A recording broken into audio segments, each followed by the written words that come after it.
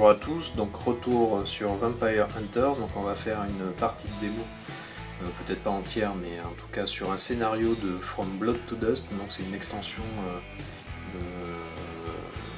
apportée par le Kickstarter. Donc c'est une mission de sauvetage, donc nos amis de l'ordre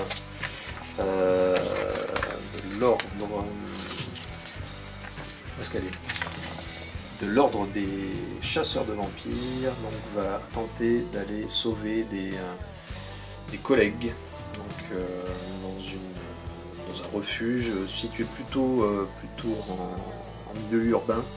Donc jusqu'à présent les missions étaient plutôt dans des refuges, pas forcément dans des grosses villes, mais dans des petites villes, voire des villages. Là on est dans un milieu plus urbain avec des réseaux de tunnels proches de métro, bon voilà, bref. En tout cas ça change pas grand chose en termes de décor. Vous voyez qu'ici là on a des wagons. Voilà, donc une mission de sauvetage, il va falloir aller chercher nos captifs qui sont ici, ouvrir la porte bleue ici grâce à l'activation de cette manette et puis sortir les captifs. Donc les héros vont rentrer dans ces deux zones puisque il faut absolument splitter les chasseurs entre en général il y a deux entrées, donc il faut splitter les chasseurs, on est 4 donc il y en aura 2 de chaque côté. Voilà, donc on va attaquer tout de suite la mission. Alors c'est parti, eh bien, je vais activer en premier H. Donc ce que je fais c'est que je pose ces petits socles sur les cartes de personnages pour me rappeler que je les ai activés, que je suis en train d'activer. En fait ces pions rouges on les met sous les chasseurs quand ils sont devenus vampires. Quand ils sont sous la forme normale, ils ont le socle bleu. Donc eh bien c'est H qui va rentrer, il y va. Alors je vous ai pas décrit également le plateau, mais vous voyez qu'ici il y a un œil dans cette zone. Ça veut dire qu'on peut pas chercher. Donc on a droit à 3 actions lors du tour d'un héros. Donc première action de mouvement. L'action de mouvement se décompose en 2 points de mouvement. Donc un point de mouvement pour arriver sur cette zone, un deuxième point de mouvement pour ouvrir la porte. Donc là j'ai fait une action. Deuxième action, ben, on y va, je rentre. Donc je fais 1 et je fais 2, je vais venir jusqu'ici. Et vous voyez qu'ici il y a un petit pion d'exploration. Donc ce pion d'exploration, on le résout à la fin d'une action de mouvement. Alors quand on finit une action de mouvement dans la pièce, c'est à ce moment-là qu'on résout l'exploration. Donc je défausse le pion et je vais piocher une carte rencontre. Hop, donc je pioche une carte. Vous voyez qu'ici on a sur le pion de... Alors la zone rouge, ça veut dire, vert, ça veut dire c'est quand on joue à 2 joueurs, jaune c'est quand on joue à 3 joueurs, et rouge quand on joue à 4 joueurs. Donc là on est 4. Donc sur le pion de spawn, sur la zone de spawn numéro 2 de la pièce, je vais placer un warrior. Donc les warriors, les voici.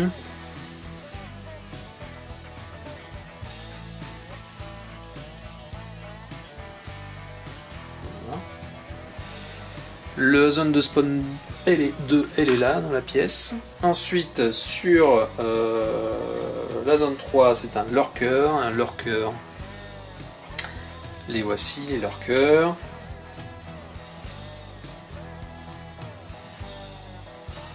Voilà. Donc quand ils sont endormis, on les pose couchés. Hein, donc on a mis, voilà, sur la zone 3. Et une grande chauve-souris sur la zone numéro 4. Voilà. Donc la zone numéro 4, elle est ici. Voilà. Je défausse la carte rencontre. Donc là, j'ai fait 2 actions. 1, 2, j'ai ouvert. 1, 2, je suis là.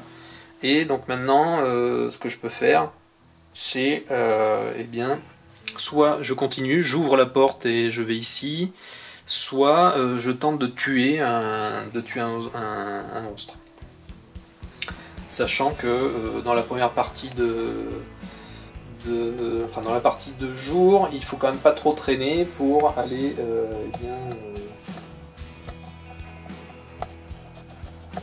pour aller chercher les objectifs. Donc là vous voyez qu'ici il faut que j'aille jusque là-bas pour activer la manette, mais il y a quand même moyen d'employer des tunnels, enfin un tunnel, enfin oui, un réseau de tunnels. Voilà, donc qu'est-ce que l'on fait?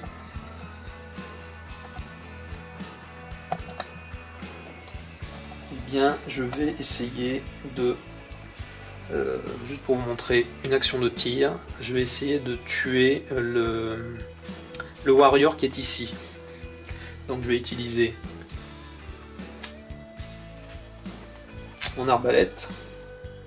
Donc je peux tirer à une zone, c'est le cas puisque le warrior est ici. Donc il est une zone plus loin. Et donc je vais pouvoir lancer 3 dés et je touche sur 4 et plus. Le problème, c'est que le warrior, il a quand même 2 points de vie. Donc si je n'arrive pas à faire les 2 points de vie, à lui infliger les 2 dégâts, eh bien il va se réveiller et il va réveiller tous les vampires dans la zone. Voilà, par contre l'avantage qu'ils soient endormis, c'est que lors du jet de dés, je vais pouvoir relancer tous les dés qui sont ratés. Voilà. Donc c'est parti, arbalète on touche sur 4 et plus. Hop, jet de 4. Et donc je tue le warrior. J'ai tué le warrior, donc j'encaisse un pion de focus. Donc ça, ce sont ces pions bleus là avec un point. Et donc je vais placer sur ma carte de personnage. Oui, ici. Voilà, donc là, eh bien, j'ai fait un tour d'activation pour un chasseur, et donc on va terminer cette activation par piocher une carte d'activation de vampire, eh bien, de jour. Et donc elle se décompose en plusieurs parties. On va commencer par le haut. Donc des chauves-souris. Fly from the rafters. Donc rafters, je ne sais plus. Donc on va placer un pion de swarm. Donc une nuée de chauves-souris dans la zone. Et ça va réveiller tous les vampires dans la pièce. Alors les chauves-souris. Donc ça c'est une... les pions swarm, là, les nuées, c'est apporté par les stretch goals qu'il y avait dans le Kickstarter. Donc voilà les nuées de chauves-souris. Donc elles arrivent dans ma zone. Elles réveillent les vampires.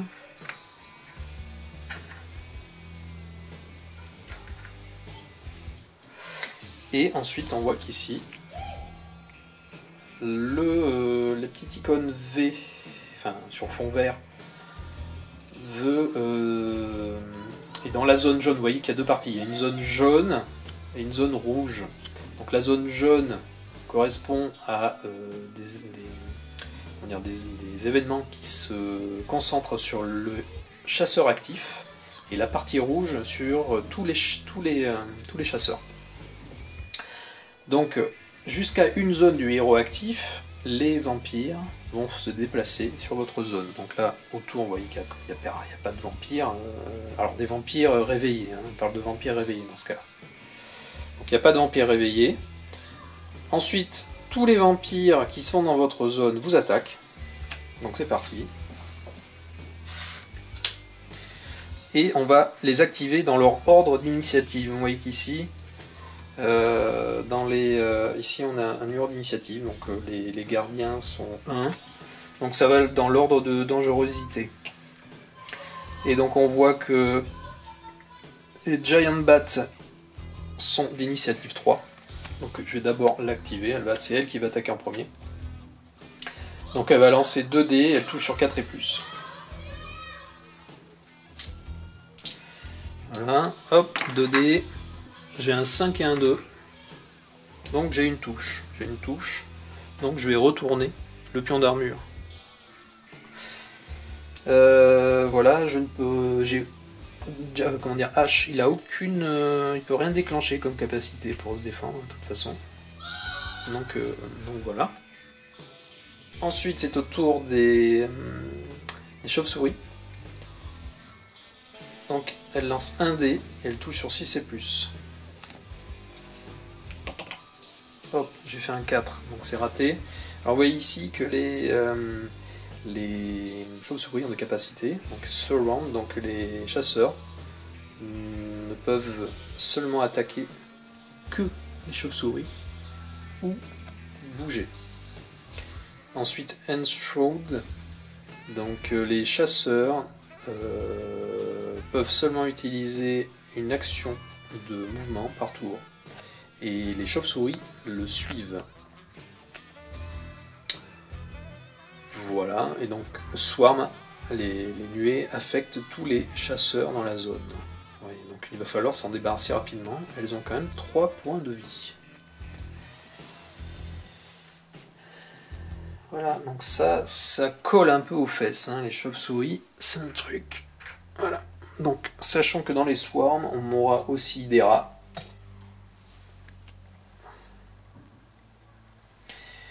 Et on aura également un brouillard. Alors le brouillard c'est mist. Voilà, donc avec des effets aussi particuliers, bien sympathiques. Voilà, et donc ensuite, il me reste le lurker à activer, puisqu'il est d'initiative 11, donc c'est le plus grand, il lance 2 dés à 5+, hop, 6 et 1, donc H va en prendre encore un dégât. Donc là, cette fois-ci, je vais carrément enlever le pion d'armure. Donc maintenant, les prochains dégâts vont être encaissés direct.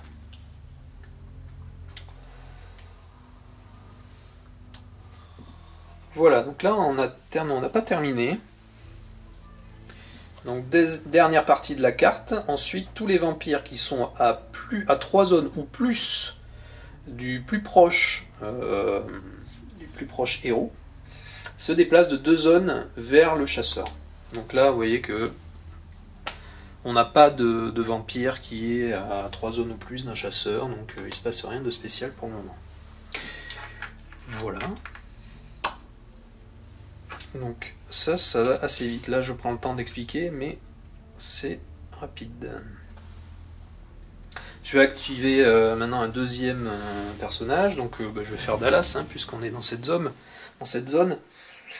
Donc elle va venir ici, elle va faire 1, 2.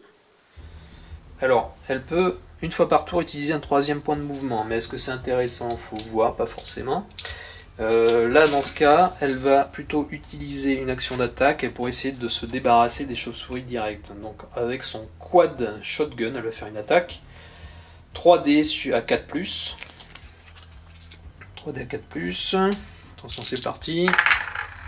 Ouf, c'est pas terrible. 6, 3, 2. Donc, elle fait un seul dégât à la chauve-souris. Donc, on va poser un petit pion de blessure à côté de la chauve-souris. Donc ça, c'était sa deuxième action. Et elle va enfoncer le clou. Elle va faire une autre attaque de quad shotgun. Donc elle va relancer 3D. Hop, et 5, 3, 3. Alors, elle fait un deuxième dégât, mais notre chauve-souris, elle est toujours pas décédée. Notre nuée de... Parce qu'il nous manque encore un dégât, donc ça c'est chiant ça.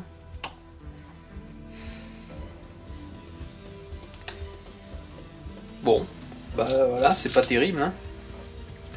C'est pas terrible, donc elle a dépensé ses 3 pions d'action. Donc ensuite, eh bien, je vais piocher une carte d'activation de jour. Donc j'aurais mieux fait peut-être de bouger, mais bon, c'est pas grave. Alors, qu'on continue à avoir des ennuis. Alors, un warrior swoops down from the ceiling. Place a warrior in your area. Wake all vampires in this room. Ok, alors, donc un warrior, eh bien c'est à nouveau une figurine comme ceci. Voilà un warrior. Hop. Que je vais placer donc dans sa zone. Ici, alors vous voyez que, chose intéressante, on a deux icônes. On a une icône verte et rouge. Donc vert, ça veut dire que, en fait, je ne vais pas expliquer tout à l'heure, ce sont les vampires qui sont seuls. C'est-à-dire qui sont seuls sur une zone, qui sont impactés par l'icône verte. Par contre, quand il y a une icône rouge, eh bien, ça veut dire que les vampires qui sont engagés avec dans un combat, ou qui sont sur une zone avec un héros, vont également se déplacer. Ils sont concernés par ce déplacement. Donc ce qui veut dire qu'ici, tous mes vampires qui étaient sur la zone, qui sont à une zone donc, de Dallas, vont venir ici, y compris la chauve-souris. Hop.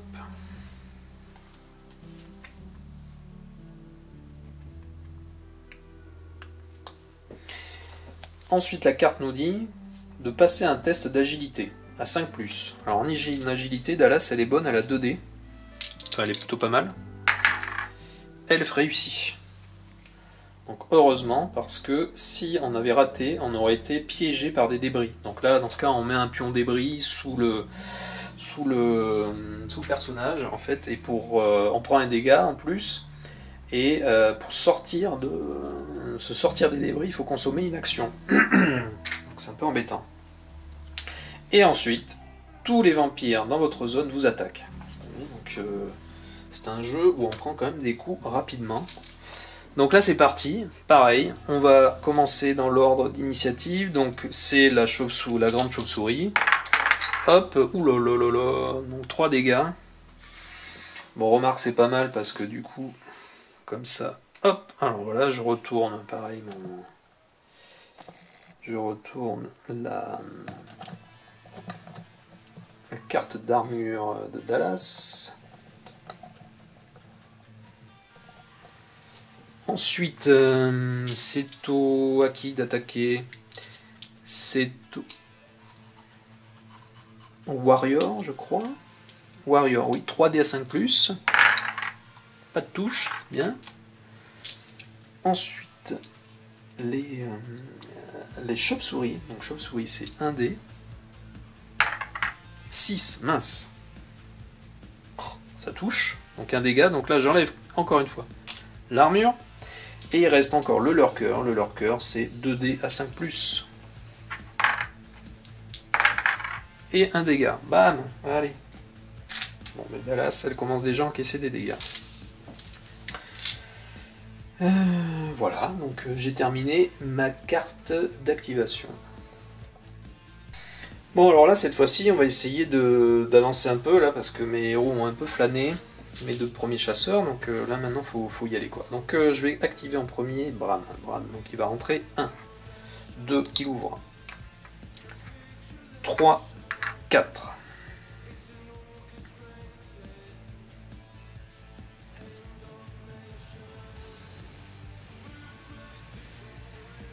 Donc là, on résout le pion de rencontre. Je pioche une carte. Alors, un warrior sur 1. Donc ici, un scroll sur 2. Alors, les scrolls... Moi, je les aime bien, ces figurines. Vraiment sympa.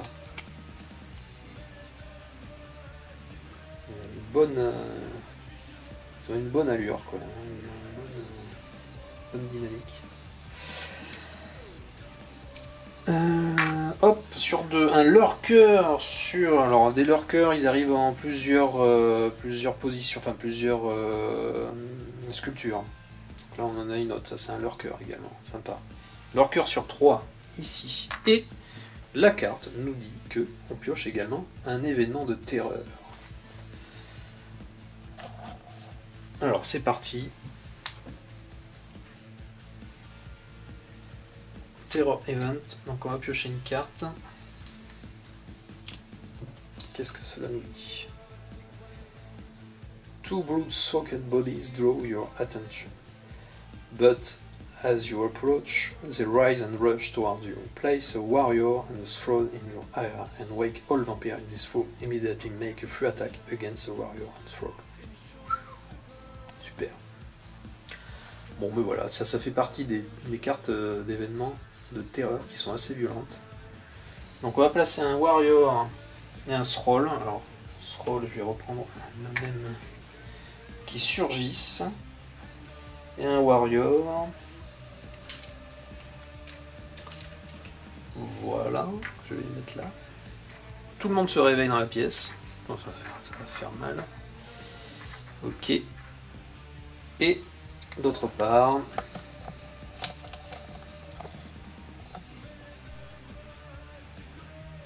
et donc la carte me dit que je peux faire maintenant une attaque gratuite contre le warrior et le thrall.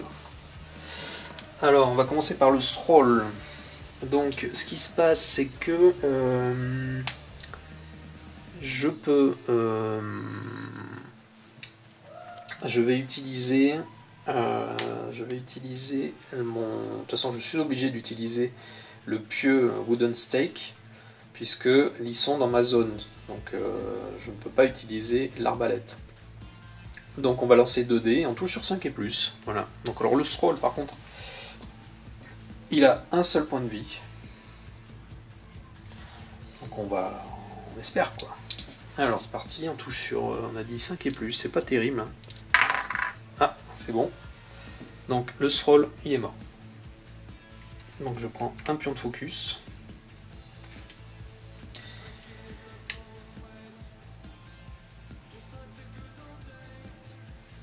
Alors, on va quand même se rappeler de ça pour Bram, c'est que une fois par tour, votre attaque de mêlée gagne une touche supplémentaire. Donc on va voir.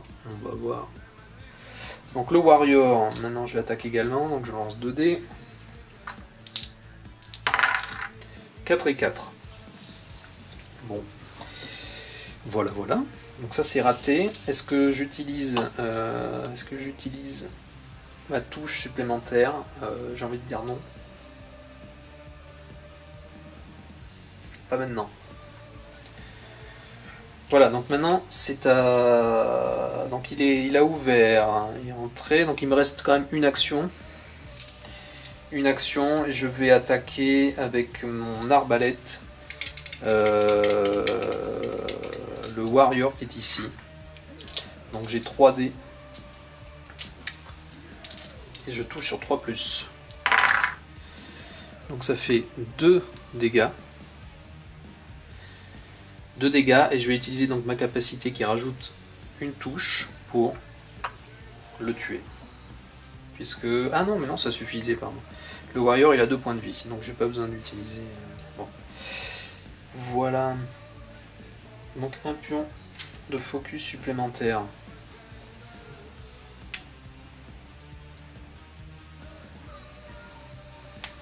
Alors vous voyez qu'ici, lui, avec son arbalète, il peut, si je consomme 2 points de focus, on peut se déplacer d'une zone après avoir attaqué, en ignorant les imped movement. Bon, ben là c'est pas vraiment intéressant, quoi, du coup. Voilà. Donc, maintenant une carte d'activation, vampire. Alors un test de foi 5+. En foi, il a un seul dé. 6 réussi. Parfait. Donc, votre chasseur gagne 1 point d'armure jusqu'à la fin du tour. Parfait. Ensuite, les vampires jusqu'à 2 zones se déplacent sur votre zone. Donc lui, il vient là. Et maintenant, tous les vampires m'attaquent. Donc on commence par le thrall. Le thrall, il a 3 dés, il touche sur 5+. Et on a un pion d'armure. Il rate son attaque. Le warrior, il a 4 dés, je crois. Non, il a 3 dés à 5+. Pareil. Hop. Alors là, il fait une touche, mais comme j'ai un point d'armure, eh la touche est encaissée. Donc c'est bon. Et il nous reste le lurker. Il a 2 dés et touche sur 5+. Voilà, donc là c'est bon. Parfait, ça ne s'en tire pas trop mal. Dernière chose, les vampires qui sont à 3 zones ou plus de leur plus proche chasseur se déplace de 2 zones. Donc là, personne n'est concerné, que ce soit en haut ou en bas. Donc voilà. Ensuite, dernier chasseur à activer. Donc là, je prends vraiment mon temps, hein. Mais c'est un jeu qui va super vite, normalement, hein. Là, vraiment, j'y suis. Je pense que ça fait une demi-heure que je suis sur le premier tour. Mais c'est vraiment pour expliquer. Ensuite, Joshua, eh bien, il va rentrer, il va essayer de faire un peu le ménage. Donc il va faire 1, 2, et alors lui, il a... qu'est-ce qu'il a? Il a une grenade, mais qui touche sur sa zone. 4D à 4+. Bon, ok, je sais pas si... Par contre, j'ai bien envie quand même de dépenser tout de suite mon adrenaline shot. Donc là, il a fait une action. Pour une deuxième action, je vais consommer ce shoot d'adrénaline pour gagner 3 actions supplémentaires. Donc je défausse la carte. Et donc maintenant, j'ai en fait 4 actions, puisqu'il me restait la troisième, plus 3. Donc j'ai 4 actions maintenant à disposition. Donc on va essayer de faire un peu le ménage. Première action. Est-ce qu'il fait le ménage ou est-ce qu'il bouge? Bon, on va faire un peu le ménage. On va faire un peu le ménage. Ouf, je sais pas. Ouais, allez. Donc il va utiliser son Flamethrower, donc son lance-flamme. Et donc 6D 5+. Par contre, il peut y avoir des dégâts collatéraux, c'est le problème. Je vais l'utiliser. C'est un peu compliqué ça. Donc là on va faire une combo. Donc Joshua, une fois par tour, il n'est pas impacté par les impacts de mouvement. Donc il va venir ici pour 1 point. Il va ouvrir la porte, qui normalement devrait lui coûter 2 points à cause des vampires, mais du coup ça lui coûte qu'un seul point. Et ensuite, il va venir pour donc 2 points de mouvement du coup pour une action. Il va venir ici. Donc là il a fait 2 actions, il en reste encore 2, puisqu'on avait gagné des actions grâce à l'adrénaline. Par contre Bram, lui, il a une capacité spéciale qui lui dit que il peut suivre, c'est la carte Shadow, il peut suivre un Active Hunter en dehors de sa zone. Voilà. Donc Bram va le suivre. Donc il vient ici. Très bien, donc là on a fini une action de mouvement. Donc il a défaussé ses 2 pions de focus. Là on est obligé de résoudre la carte rencontre. Et donc là on va avoir droit à Aïe, un Elder et un Lurker. Donc l'Elder, comment ça se passe? On va piocher une carte Elder. Je mélange dans le deck d'Elder. Donc là j'ai mélangé les Elder des extensions que j'ai, hein. Donc le Bloodlust et puis voilà, les Stretch Goals. Ouais, donc Elder, donc on va piocher une carte Elder donc dans les cartes que j'ai. Hop, et on va tomber sur Grelrock. Alors Grelrock, il est où Grelrock? Ah ben je l'ai pas sorti. Bon, c'est pas grave. Je l'ai pas dans la boîte, hein. Donc je l'ai pas sorti de la boîte, donc j'en prends un autre, pas grave. Donc on a Eten. Bon, parfait. Alors, Eten. Voilà sa figurine.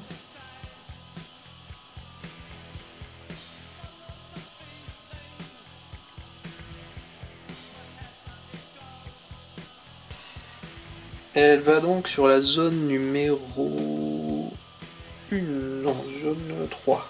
Donc ici, endormi, toujours, ils apparaissent endormis. Et on a un lurker sur 1. Ici. Alors l'Elder, vous voyez qu'il a des capacités. Alors déjà 6 points de vie, un peu plus. Drain, donc si Ethan est blessée, She Steal, elle vole un point de santé pour chaque chasseur dans sa zone au début de son tour. Ok. Ça c'est pas bon ça. Pas bon du tout. Ensuite,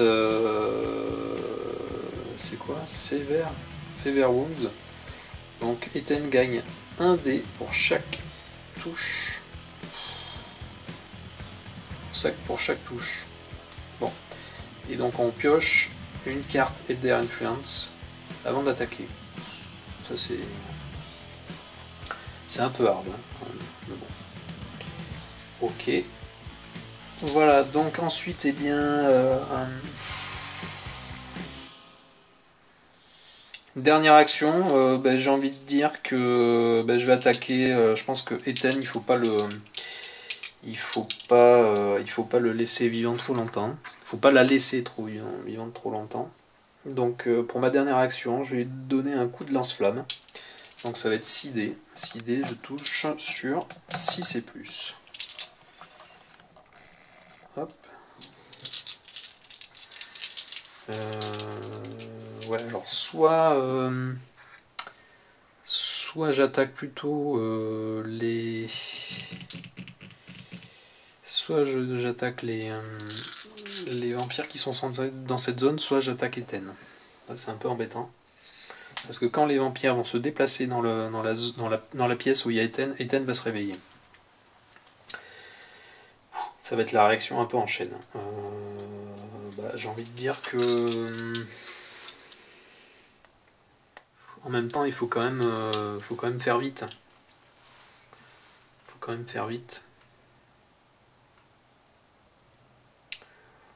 Qu'est-ce qu'on pourrait faire d'intelligent? Le problème, c'est qu'on n'a pas d'armes pour casser une fenêtre et faire entrer le jour de manière à tuer les vampires. Vous voyez qu'ici, éventuellement, si j'avais pu avoir une arme qui casse la fenêtre, j'aurais pu les attirer ici et les tuer, mais ça va pas être le cas.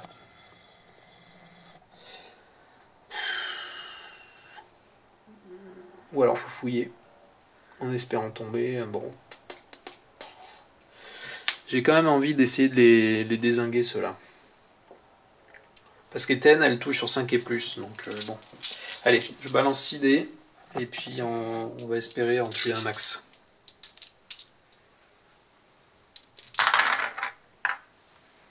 Alors, 1, 2, 3.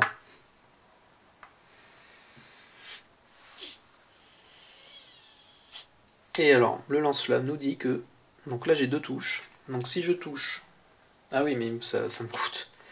Ça me coûte et j'ai pas de quoi payer. Bon.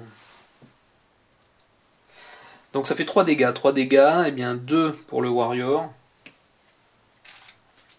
Donc j'ai gagné un point de focus. Et un pion de dégâts pour le thrall. Donc ça le tue également. Un deuxième point de focus. Donc voilà, donc le tour est fini pour Joshua. On tire une carte activation. Alors, mince, a burrower erupts from the ground. Place a burrower in your area. Wake all vampires in this room. Oh là là là là là là. Là, je traîne trop en fait. C'est un jeu où il faut quand même avancer le plus vite possible. Là, je suis en train de m'empêtrer. Il aurait fallu bouger beaucoup plus vite. Il aurait fallu que je m'engage carrément dans le tunnel. En fait, ça aurait été plus intéressant. Si j'avais bougé dans le tunnel, au moins il n'aurait pas réveillé les vampires. Donc là, bon, bref. Donc il réveille Ethan plus le lurker qui est ici. Ensuite, les vampires à une zone se déplacent. Donc lui il rentre. Paf. Et alors après, il va falloir faire un test. Donc tous les vampires dans votre zone vous attaquent. Oh là là là là là là. Bon alors c'est parti. Le Burrowers, il a 2 dés, il touche sur 4 et plus. Ouf, aïe aïe aïe, 2 touches, allez. Donc c'est Joshua, je retourne son pion d'armure. Ensuite, le Lurker. Le Lurker, il a 2 dés, il touche sur 5 et plus. Paf, aïe aïe aïe, donc plus d'armure pour Joshua. Le deuxième Lurker, il ne touche pas. Et ensuite on a Ethen. Donc Ethen, alors c'est 5 dés à 5 plus. De toute façon c'est parti. Une seule touche, bon c'est bien. Alors par contre, on a sa capacité qui nous dit qu'elle gagne 1 dé pour chaque touche. Donc je vais lancer un dé supplémentaire. 1, non, donc ça fera qu'une seule touche. Donc hop, un pion dégâts sur Joshua. Voilà, et on a une dernière petite chose. C'est qu'il faut ensuite faire un test d'agilité à 4 et plus. Alors, Joshua, il n'est pas très agile. Il n'a qu'un seul dé. Donc c'est parti, hop. Et il rate évidemment, 3. Et alors lui, malheureusement, qu'est-ce qui se passe? Il tombe dans les tunnels.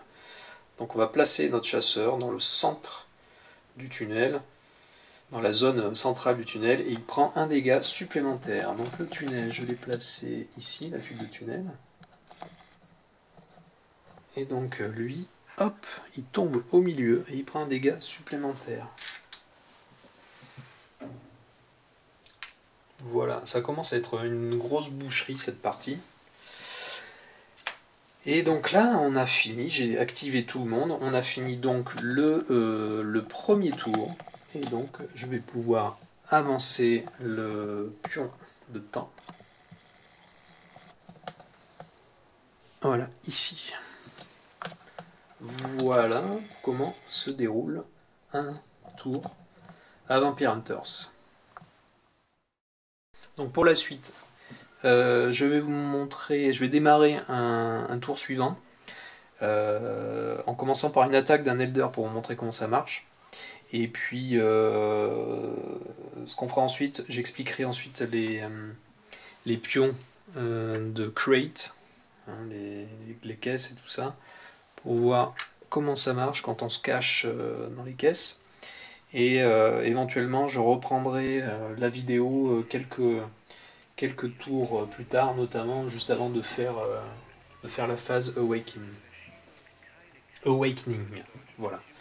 Donc je vous dis à plus tard. Dans le deuxième round, donc j'ai avancé le pion de thym sur la phase numéro 5.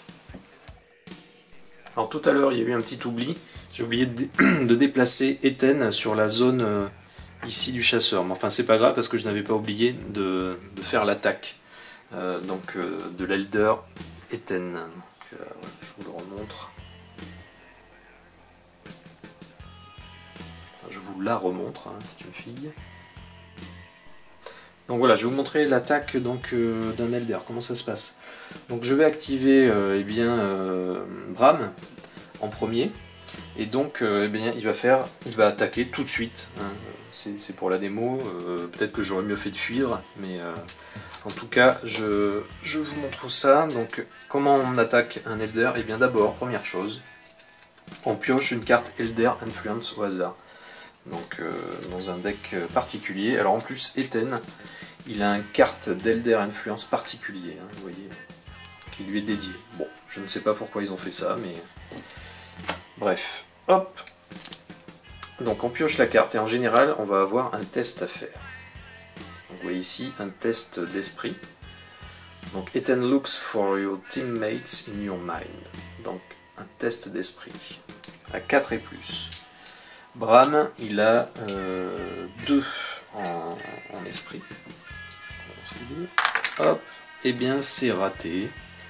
Et je ne vois pas de capacité qui lui permette de relancer un dé. Donc il a raté. Donc on doit choisir un autre chasseur, ou vous-même, si vous êtes le seul chasseur. Et Et ce chasseur prend 2 blessures directes.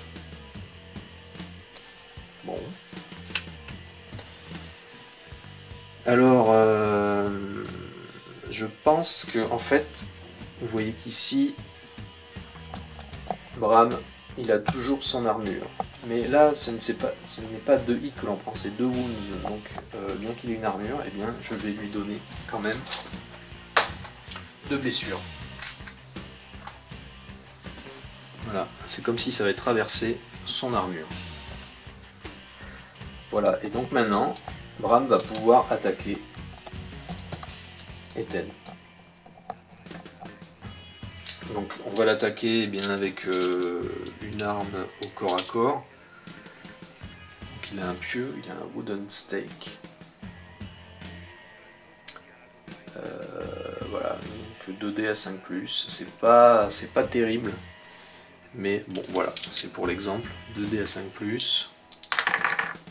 Bon voilà, mais c'est raté. Voilà, ce qui aurait été plus intéressant, c'était à la limite de bouger et ensuite de faire une attaque avec le trident.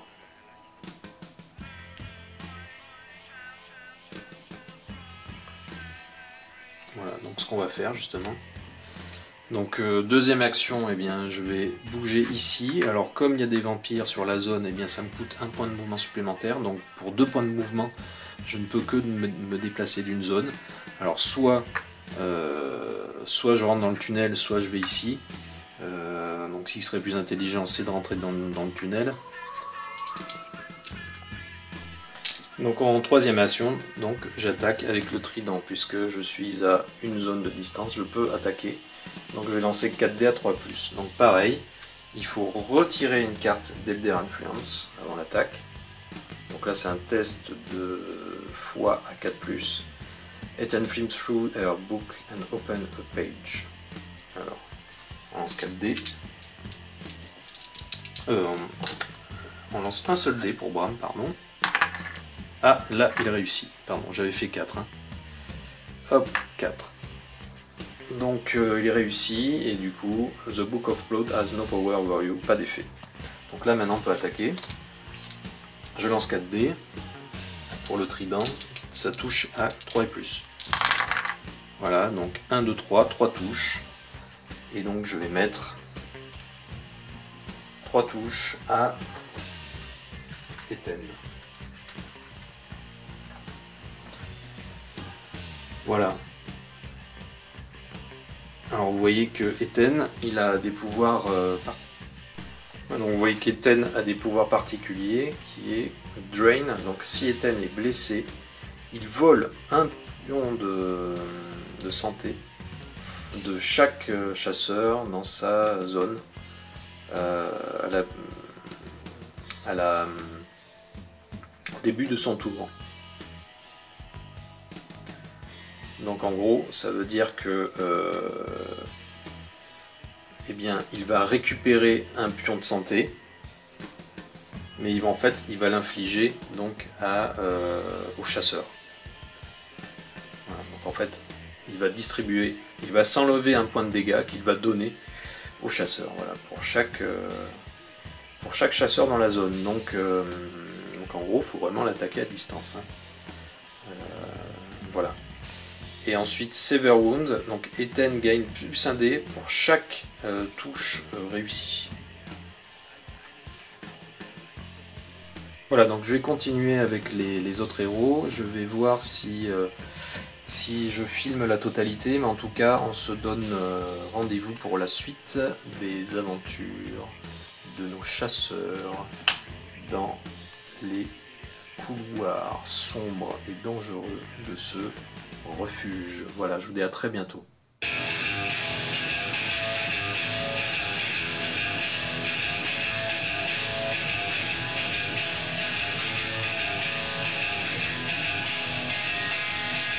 Well, faith flies off the mountain every day.